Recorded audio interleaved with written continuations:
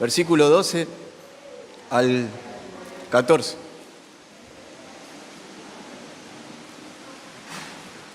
Amén. Dice la palabra del Señor.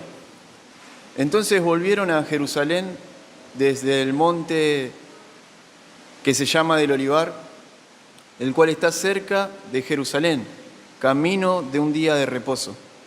Y entrados subieron al aposento alto donde moraban Pedro y Jacobo, Juan, Andrés, Felipe, Tomás, Bartolomé, Mateo, Jacobo hijo de Alfeo, Simón el celote y Judas, hermano de Jacobo.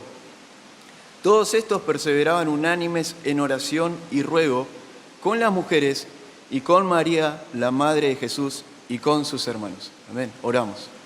Padre, te damos gracias por tu palabra, Señor, por tu fidelidad, por tu gran amor hacia nuestras vidas, Señor.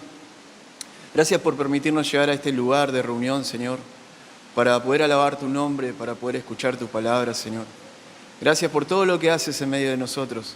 Y te ruego, Señor, que por medio de tu Espíritu Santo me guíes, me instes, Señor, a poder predicar. Me ayudes, Señor, para que tu nombre sea glorificado. En el nombre de Jesús, tu Hijo amado. Amén y amén. Bueno, muy bien, hermanos. Continuamos con el relato del libro de los Hechos, donde anteriormente a estos versículos que hemos leído, pudimos ver varios aspectos y puntos importantes en las predicaciones anteriores, donde Lucas le da a conocer a Teófilo sobre los hechos post-resurrección, es decir, luego de la resurrección de nuestro Señor Jesucristo. Lo que vimos aquí, hermanos, es que después de que Jesús resucitó, el Señor se les apareció a los discípulos por 40 días y les hablaba acerca del reino de Dios. Y les ordenó que no se fueran de Jerusalén, sino que permanecieran en Jerusalén hasta que la promesa de la venida del Espíritu Santo llegara y se cumpliera en sus vidas.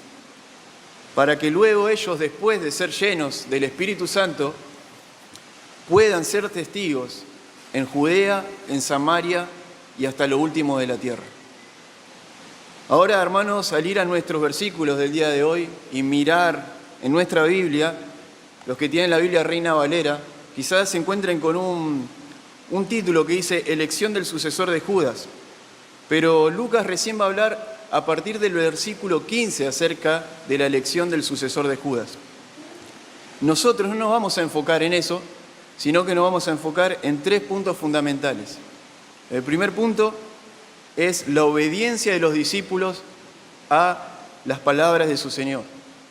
El segundo punto es la comunión que tenían ellos entre hermanos. Y el tercer punto es la perseverancia en la oración y en el ruego a Dios. El primer punto va a ser un poco extenso, pero los otros dos son más cortos. Así que leemos el versículo 12. Dice, entonces volvieron a Jerusalén desde el monte que se llama del Olivar, el cual está cerca de Jerusalén, camino de un día de reposo. Este entonces nos está hablando de algo, nos está diciendo que algo pasó antes, que algo sucedió antes. Por eso Lucas dice, entonces volvieron a Jerusalén. ¿Y qué es lo que sucedió antes de que ellos vuelvan a Jerusalén? Fue la ascensión de nuestro Señor Jesucristo al Padre.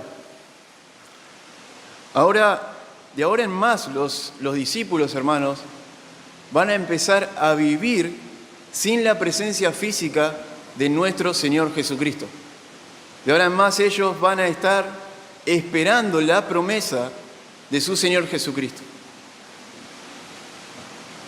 Y el Señor les ordenó a ellos que volvieran a el aposento alto, desde el monte del Olivar. Y Lucas le llama el monte del Olivar porque Teófilo, al cual Lucas se dirige, no conocía aquel lugar. Teófilo no conocía aquel monte del Olivar. En otras partes de la Biblia se le dice el monte de los olivos. Es el mismo monte. Este era el lugar donde Jesús oraba constantemente al Padre. Este era el lugar donde él fue arrestado. y este era el lugar donde Él ascendió a los cielos después de su resurrección. Entonces, hermanos, los discípulos vuelven desde aquel lugar, desde el Monte del Olivar, a Jerusalén, en obediencia al mandato de nuestro Señor Jesucristo. Así que, como dije, nuestro primer punto es la obediencia de los discípulos al mandato de nuestro Señor Jesucristo. Y qué importante es ver el cambio que Dios había empezado a hacer en ellos, hermanos, en cada uno de los discípulos. Aquellos que en otro tiempo eran tardos para oír, aquellos que en otro tiempo no entendían lo que su maestro les decía, ahora, después de ver a su Señor resucitado y de recibir las palabras de Jesús acerca del reino de Dios, ellos están ahora obedeciendo sin preguntar nada, sin reprochar nada y sin proponer nada. Solo quieren y desean una sola cosa, y es obedecer el mandato de su Señor Jesucristo, de que vayan a aquel lugar a esperar la promesa de la venida del Espíritu Santo.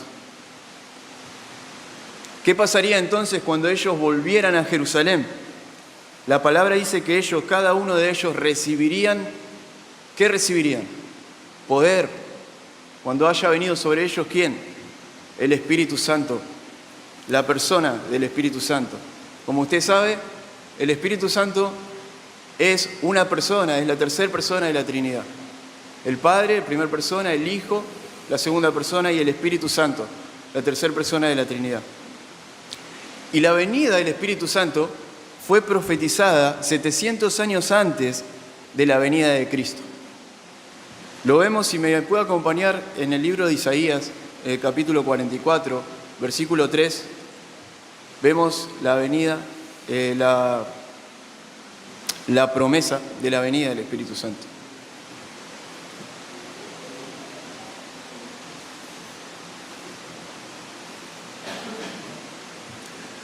Dios dijo a Israel: porque yo derramaré aguas sobre el sequedal y ríos sobre la tierra árida. Mi espíritu derramaré sobre tu generación y mi bendición sobre tus renuevos. Además, Juan el Bautista expresó que él bautizaba en agua, pero que vendría uno más poderoso que él, a quien él no era digno de desatar la correa de su calzado, el cual iba a bautizar con Espíritu Santo y con fuego. Mateo 3, versículo 11 y versículo 12.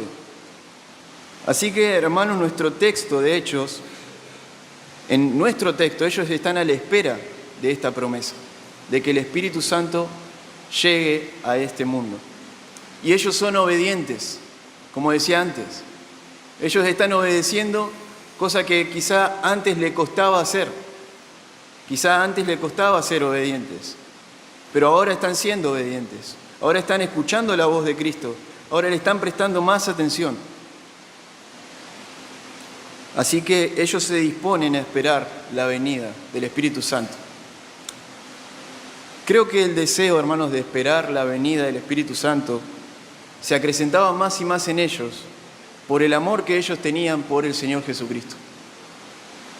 El deseo de esperar la venida del Espíritu de Dios, del Espíritu de Cristo, del Espíritu Santo, se acrecentaba más y más en ellos porque ellos amaban al Señor Jesucristo. Y al esperarlo, ellos estaban demostrando su amor hacia Él.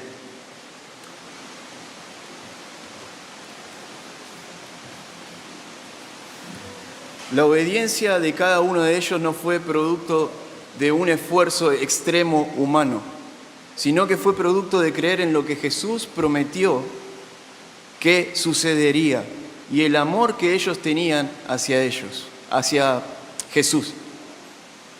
Así que al aferrarse ellos a la promesa de la venida del Espíritu Santo, eso dio como resultado su obediencia. Ellos se aferraron a una promesa. Ellos se aferraron a lo que Jesús le dijo. Y al aferrarse a esa promesa, ellos obedecieron la palabra de su Señor Jesucristo. Esta no era cualquier promesa, por supuesto. Esta era una promesa que Dios mismo, el Hijo de Dios, quien, como habíamos visto anteriormente en Marcos, en todo el libro de Marcos, que menciona a Jesús como Hijo de Dios y como Dios mismo, Él le había prometido que enviaría otro Consolador, para que esté con ellos todos los días hasta el fin del mundo. Amén. Así que de la manera en que Cristo se había sometido por completo a la obediencia al Padre, al ir a la cruz, al morir y al resucitar, ellos ahora quieren someterse voluntariamente y por la gracia de Dios hacia sus vidas, a su Señor Jesucristo, por amor a su Señor. No por un deber de tener que someterme, no por un deber legalista, quizá podríamos decir, sino por un amor genuino de los discípulos hacia la vida de su Señor Jesucristo. Juan, en el capítulo 14, en el versículo 23, dice: respondió Jesús y le dijo: el que me ama, mi palabra guardará, y mi Padre le amará, y vendremos a él y haremos morada con él. El Señor no está diciendo: el que guarda mi palabra es el que me ama, sino que está diciendo al revés: el que me ama, mi palabra guardará. Esto es lo que pasaba con los discípulos, estaban amando, estaban empezando a amar a su Señor genuinamente, más y más. Y ahora estaban guardando su palabra y estaban cumpliendo con ir a aquel lugar donde su Señor les había ordenado. Creo que muchas veces nosotros nos olvidamos por qué buscamos obedecer a Dios o por qué le obedecemos a Dios. Tal vez nos aferramos a esas respuestas equivocadas que tenemos y decimos: porque tengo que obedecer y por eso obedezco a Dios.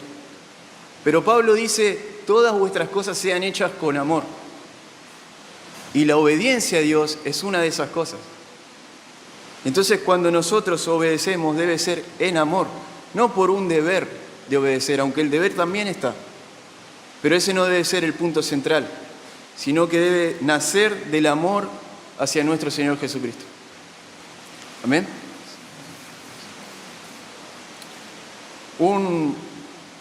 Una mujer le pregunta a su marido por qué su marido le es fiel. Y el marido jamás va a decir: porque tengo que serte fiel. Aunque es verdad, tiene que serle fiel. Pero en realidad lo que él va a responder es: porque te amo, por eso te soy fiel. Así que de la misma manera nosotros, esa debería ser nuestra actitud ante la respuesta del sacrificio de nuestro Señor Jesucristo. Jesucristo murió por amor a nosotros. Y nosotros ahora le amamos porque Él nos amó antes. Y esa debe ser nuestra respuesta cuando obedecemos a Dios. Debe ser en amor, sometiéndonos al amor de nuestro Señor Jesucristo. Ahora, nuestro punto número 2 es la comunión que tenían los hermanos, los discípulos del Señor. Y si me acompaña una vez más, ahí en el versículo 13, podemos leer: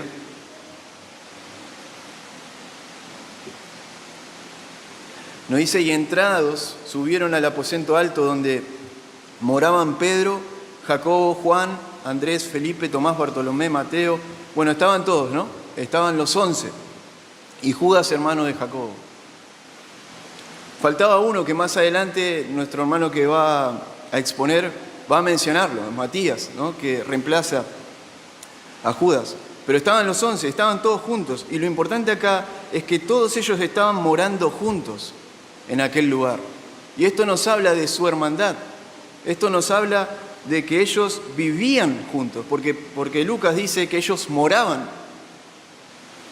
Y el sinónimo de esto es que ellos vivían juntos, que estaban juntos constantemente. Ellos no hacían nada por separado. Para ellos era sumamente importante estar juntos. Esto nos va a llevar a ver cuán importante era para ellos estar juntos y la comunión que ellos tenían. Como dije, hermanos, ellos lo hacían para la ayuda mutua y para una continua y perseverante fe. Ellos buscaban estar firmes en la fe y unidos hasta la venida de la promesa de nuestro Señor Jesucristo, del Espíritu Santo, la cual Cristo había prometido. Así que esta era la comunión que ellos tenían. Esa unidad que ellos tenían también debería ser para nosotros algo digno de imitar. Aunque vivimos en un tiempo que no es como el tiempo de los discípulos, donde ellos tenían un propósito claro que Dios, el Espíritu Santo, el Señor Jesucristo les había ordenado para que ellos sean las bases de la iglesia. Aunque no vivimos en ese tiempo, para nosotros también es el llamado de vivir como hermanos, de vivir en unidad, de tener un mismo pensamiento, de tener un mismo sentir, de buscar una comunión más profunda unos con otros, de buscar tiempo para orar unos por otros, de estar en comunión unos con otros. Ya sabemos, hermanos, que la venida del Espíritu Santo ya ha sido un hecho y que el Espíritu Santo mora en cada uno de nosotros. Hoy en día no estamos esperando la venida del Espíritu Santo, porque el Espíritu Santo ya vino a este mundo y habita en el corazón de todo aquel que confiesa que Jesucristo es el Señor. El Espíritu Santo ya está en nosotros y la promesa del Espíritu Santo que Dios envió a nuestras vidas es un sello para que el día de la redención el Señor vea a cada uno de nosotros como sus hijos. Por eso Pablo dice, el que no tiene el Espíritu de Cristo no es de Él, dice en Romanos capítulo 8, versículo 9. Pero nosotros tenemos el Espíritu de Cristo y somos de Él. Por eso en aquel día seremos hallados en Él, dice la palabra. Porque Dios dejó al Espíritu Santo, y esto es increíble, hermanos, pero es una realidad, que Dios mora en cada uno de nosotros. El Espíritu de Dios, la tercera persona de la Trinidad, morando en nuestras vidas, como una garantía de la salvación que tenemos. Así que si en nosotros habita el Espíritu Santo, este deseo de hermandad tiene que acrecentarse cada día un poco más. Y Pablo le decía a Timoteo, aviva el fuego del don que hay en ti, Timoteo. Y ese fuego, el don que hay en él, era producido por el Espíritu Santo. Y nosotros somos responsables de avivar en nuestras vidas los dones que Dios nos ha dado para el crecimiento, como siempre nos dice el pastor, de la iglesia. Si tenemos un don no es para que estemos nosotros independientes, sino que es para que nosotros podamos beneficiar a la iglesia de Cristo. ¿Amén? Amén. Así que este debe ser nuestro anhelo. Pablo decía en Filipenses capítulo 2, versículo 2, haced completo mi gozo, siendo del mismo sentir, conservando el mismo amor, unidos en espíritu, dedicados a un mismo propósito. Ese tiene que ser nuestro pensamiento, ese tiene que ser nuestra centralidad, esa tiene que ser nuestra centralidad, hermanos. Y el punto número 3, como para finalizar, es la perseverancia en la oración. Dice el versículo 14, todos estos perseveraban unánimes en oración y ruego con las mujeres y con María, la madre de Jesús, y con sus hermanos.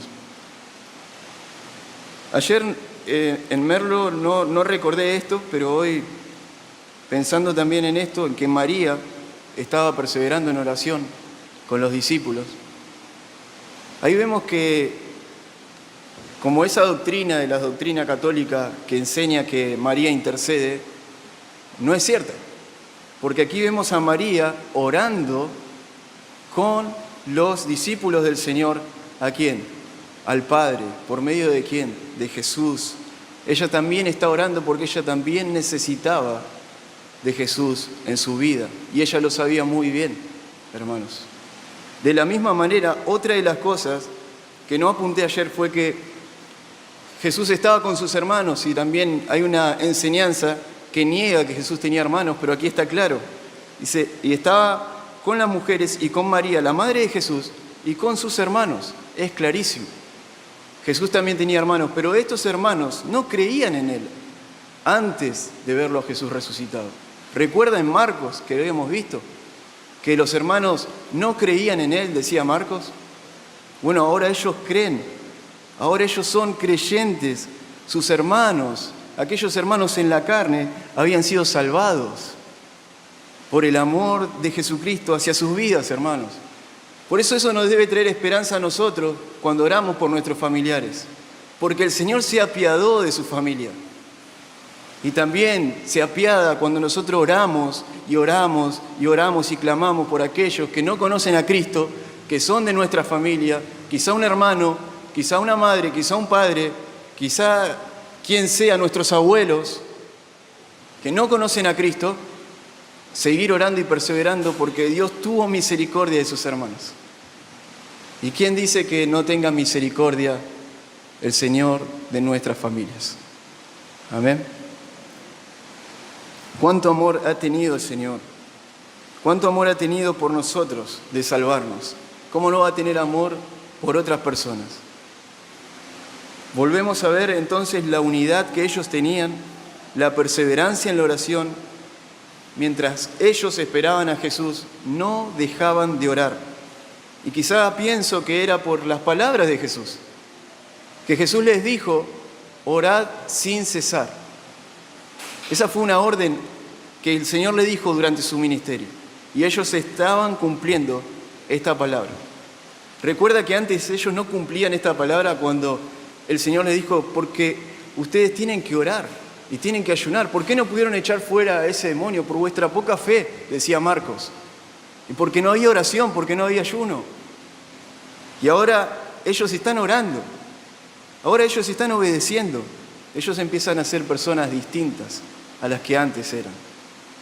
Por eso la misericordia de Dios abarca tanta grandeza, hermanos, que es incomprensible para nosotros.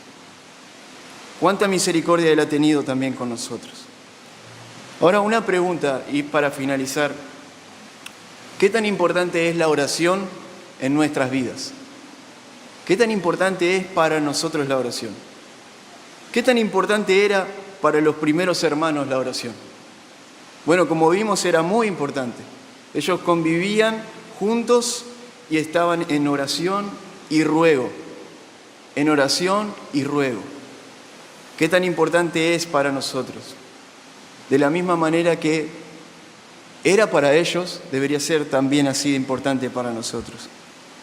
Cuando estamos a punto de tomar una decisión, cuando estamos en una etapa de nuestra vida, cuando estamos pasando por una prueba en nuestra vida, que podamos llevar toda nuestra necesidad a los pies de nuestro Señor Jesucristo, por medio del Espíritu Santo que vino a morar a nuestra vida y que además intercede por nosotros.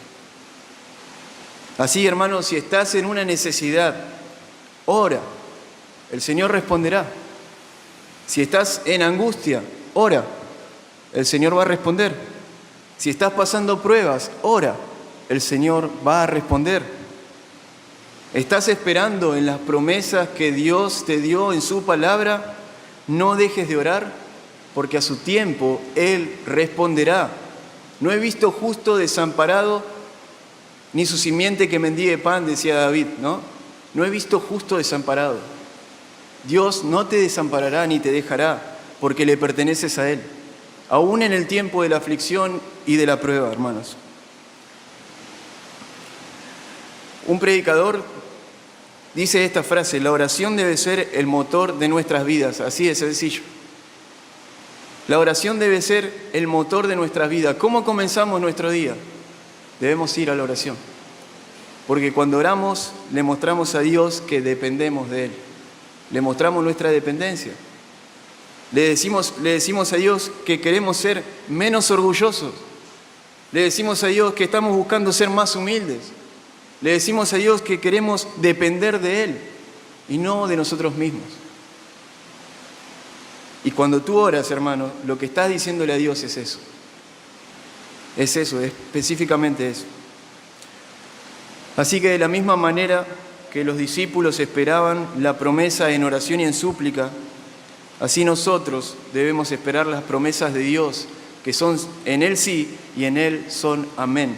Y esto sencillamente quiere decir que las promesas de Dios se cumplen. Se cumplen. Amén. Que nos vayamos con este pensamiento, hermano. Dios le bendiga. Vamos a orar. Padre, gracias por tu amor, por tu misericordia, Señor, por tu fidelidad, por tu sabiduría, Señor, por tu Espíritu Santo que has enviado a nuestros